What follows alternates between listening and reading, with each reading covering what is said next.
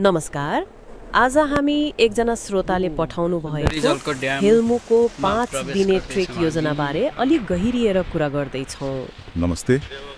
यो काठमाडौँबाट नजिकै सुन्दरीजलबाट सुरु हुने योजना हो र यसले छोटो समयमा प्रकृति, संस्कृति अनि अलिअलि चुनौती पनि समेटेको जस्तो देखिन्छ। बिल्कुल। यो योजना कतिको व्यावहारिक छ, यसका राम्रा पक्ष के हुन्, त्यसमा छलफल गरौँ न त। हुन्छ, सुरु गरौँ पहिलो दिनबाटै। सुन्दरीजलबाट चिसपानी पदयात्रा, हैन? शिवपुरी नागार्जुन राष्ट्रिय निकुञ्ज हुँदै हो। चिसपानी आफैमा चर्चित ठाउँ हो। साँझमा त्यहाँबाट हिमाल र काठमाडौँ उपत्यकाको दृश्य राम्रो देखिन्छ भनिन्छ। पदयात्राको राम्रो सुरुवात हुने भयो, तर पहिलो दिनमै कतिको हिँड्नु पर्ने हो? करिब 4-5 घण्टा जति। अलि उकालो पनि छ निकुञ्जभित्र, थकाइ लाग्न सक्छ सुरुमै। भनेपछि अलि तयार चाहिँ हुनु पर्यो। तयारी त चाहिन्छ नै। अनि दोस्रो दिन चिसपानीबाट कुतुङसाङ, बाटोमा पाटी भन्ज्याङ, चिप्लिङ पनि पर्छ है?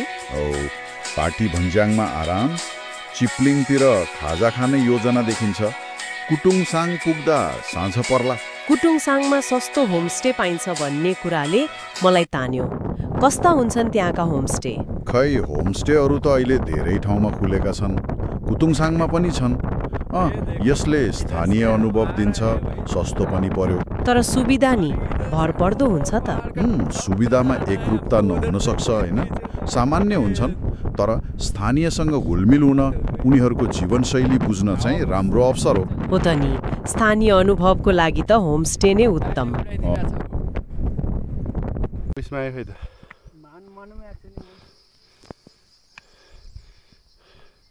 प्रदीपले अब गर्लफ्रेन्डसँग बिहा होस् भनेर विस मागिरह। अहिले देउरालीमा भाकिरह।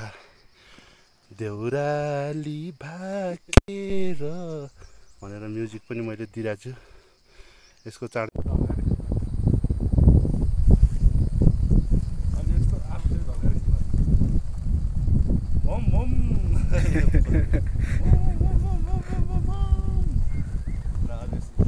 कुटुङसाङमा आएका छौँ हामी। अब यताबाट जान्छौँ। यो ठुलो पहाडबाट हिजो हामी यताबाट आएका थियौँ।